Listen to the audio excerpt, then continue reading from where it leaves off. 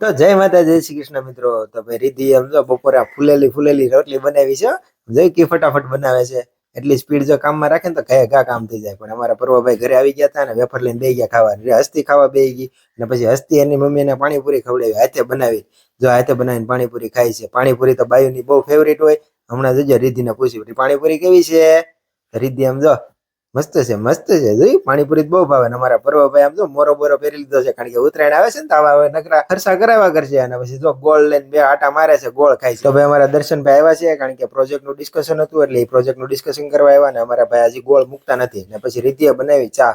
ચા તો આમ જો અમારે જોઈ કારણ કે ચા વગર મજા ન આવે. અને પર્વભાઈ ચશ્મા પતંગ બતાવવા લાવ્યા. જો કેવા મસ્ત ચશ્મા લાવ્યા. અને હસ્તીબેન બાજુમાં બેઠા બેઠા જોવે છે.